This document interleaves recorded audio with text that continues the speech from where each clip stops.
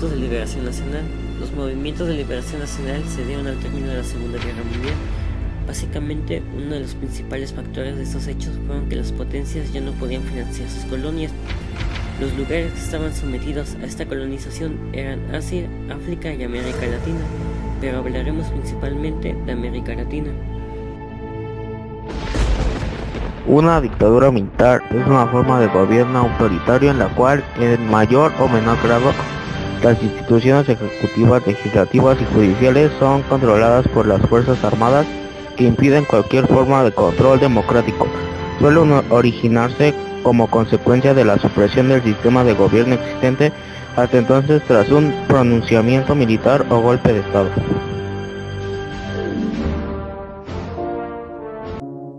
Como se ha documentado, la mayor parte de los dictadores militares en América Latina fueron formados en la Escuela de las Américas, institución que, en el contexto de la Guerra Fría, garantizó la fidelidad de los ejércitos latinoamericanos a la política exterior de Estados Unidos. En el caso de América Latina, se usó habitualmente como pretexto la amenaza del comunismo. La dictadura militar típica en América Latina es dirigida por una junta o un comité integrado por la dirección del Estado Mayor de los militares. Así es el caso de Argentina, Nicaragua, Paraguay, Brasil, entre otros. Los principales dictadores de América Latina son Chile, Augusto Pinochet, de 1973 a 1990.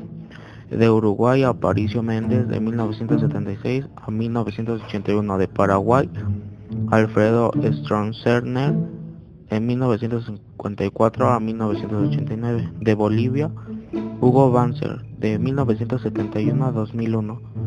De Perú, Juan Velasco Alvarado, de 1968 a 1975. Y de Brasil, Humberto Branco, de 1964 a 1967. Cuba, Fidel Castro, de 1959.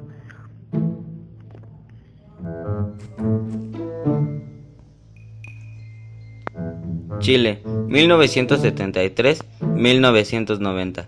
Al encontrarse Chile en medio de un caos total y al borde de la guerra civil a causa de los problemas económicos que dejó la Guerra Fría, así también como la mala administración de Salvador Allende, surge así como forma de salvación el golpe de Estado en Chile. El 11 de septiembre de 1973, el general Augusto Pinochet encabeza el golpe de Estado en contra de Salvador Allende.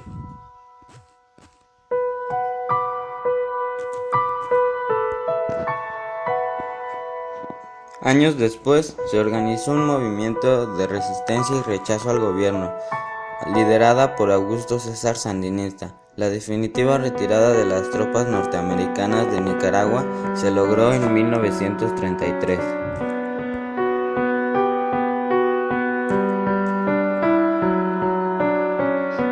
Desde su independencia, en 1821, y durante todo el siglo XIX, Nicaragua se caracterizó por el ejército oligárquico del poder y por una economía basada en el cultivo y la explotación de café.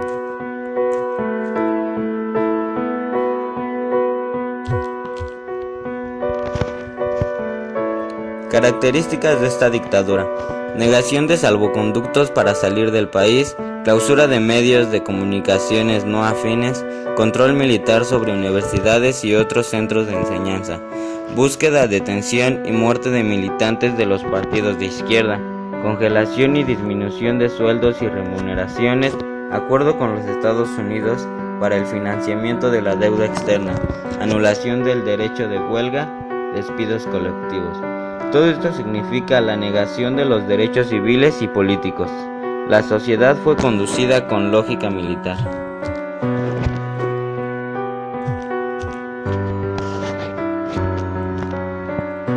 En 1910, el gobierno de Nicaragua comenzó negociaciones con Japón para la construcción de un canal interoceánico.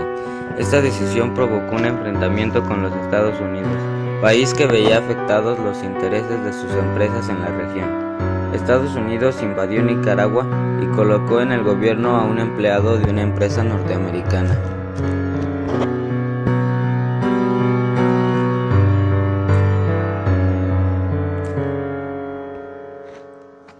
Dictaduras militares en América Latina.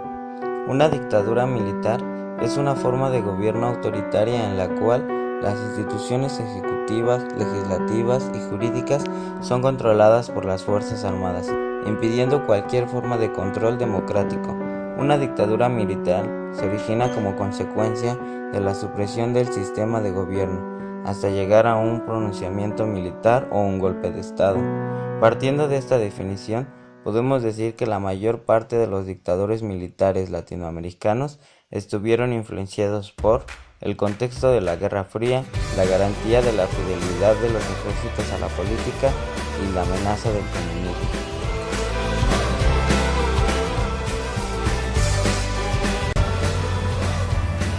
Los movimientos de liberación nacional en El Salvador constan básicamente de que tras estar sometidos al control militar de otros países, se empezaron a crear diversas fuerzas de ataque revolucionario, como podrían venir siendo la FMLN, la FDR, entre muchas otras.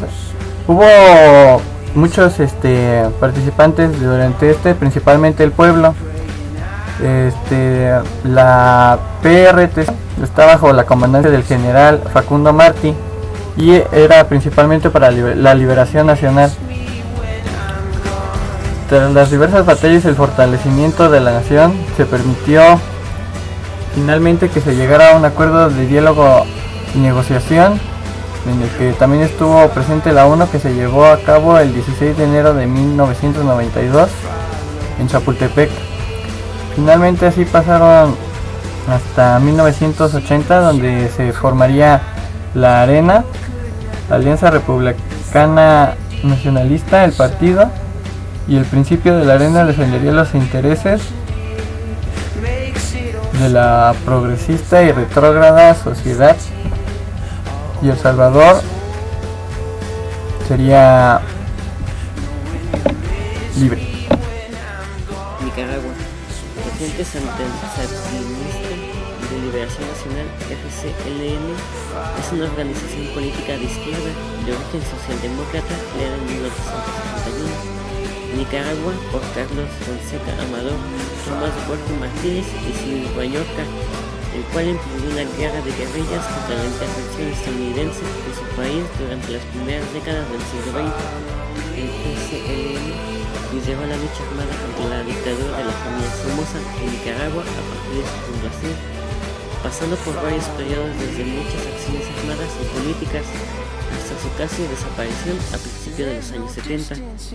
En 1974 inicia un proceso creciente de actividades armadas que tienen su punto máximo hacia mediados de 1978 y llevan el triunfo revolucionario de 1979. Esta lucha se denomina Revolución Nicarense o Revolución Sandinista y terminó con la entrada de los revolucionarios en Managua el 19 de julio de 1979 y el derrocamiento de la dictadura de Anastasio Somoza de Baile. El FCLN inició un gobierno de reconstrucción nacional incorporando a personas de los diversos sectores de la sociedad nicarense, el cual se rompe por diferencias en cómo hacer valer la hegemonía popular. El FCLN asumió el gobierno nicarense y comenzó a realizar una política de economía mixta, a la vez que se repartían las tierras de los latifundistas en la reforma agraria y se nacionalizaba la banca. Los bienes de la familia Somoza y de otros miembros relevantes de la sociedad con que sostuvo la derrotada dictadura fueron expropiados, equivaliendo al 40% de la economía nacional. Esta expropiación se realizó mediante el decreto número 3 del 20 de julio de 1979, que dice faculta al Procurador General de Justicia para que de inmediato proceda a la intervención, requisa y confiscando de todos los bienes de la familia Somoza, militares y funcionarios que hubiesen abandonado el país a partir de diciembre de 1977. En el año de 1981, escasamente año y medio del triunfo revolucionario, los Estados Unidos, poniendo como disculpa el supuesto soporte y el apoyo de los sandinistas al movimiento Guillermo de El Salvador, imponen un bloque económico a la vez que organizan y financian la denominada Contrarrevolución, partiendo de las unidades del ejército de Somoza, que huyeron al vecino país de Honduras y creando así una situación de guerra. En 1987 había más de 10.000 contras armados luchando contra el gobierno de Nicaragua. El apoyo de los Estados Unidos a la contra les trajo diversos problemas, tanto de índole internacional como interno. Entre lo más relevante se encuentra la sentencia condenatoria firme del Tribunal Internacional de La Haya contra los Estados Unidos. En respuesta a la contrarrevolución, se estableció una situación de guerra, trayendo como consecuencia muertes calculadas entre más de 38.000 personas y pérdidas económicas de unos 17.000 millones de dólares.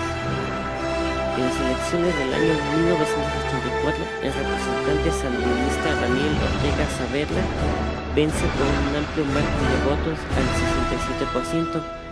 Al año siguiente, ante el incremento de las hostilidades, se decreta el estado de emergencia durante un año. En 1987, el FSLN volvió a resultar ganador de las elecciones convocadas. En marzo de 1988 se inician las conversaciones, arropadas por los presidentes de los otros países centroamericanos, en lo que se conoció como Acuerdo de Esquipulas II entre el gobierno sandinista y la Contra, en el que se acuerdan las leyes. En las elecciones presidenciales del 25 de febrero de 1990, el FSLN entregó el poder a Violeta Barrios de Chamorro, líder de la UNO, Unión Nacional Opositora, coalición antisandinista apoyada por los Estados Unidos. El 25 de abril del mismo año, las las elecciones, desde entonces, aunque la UNO se disolvió, los diferentes partidos de corte derechista han mantenido el poder, aún de forma precaria en las elecciones siguientes, 1996 y 2001, siendo los resultados cada vez más ajustados. En el tiempo que el partido lleva fuera del gobierno, este ha sufrido varias excisiones y enfrentamientos internos que no han ayudado a conseguir mejores resultados electorales en las elecciones nacionales, además de las críticas de los sectores liberales del supuesto populismo y pues el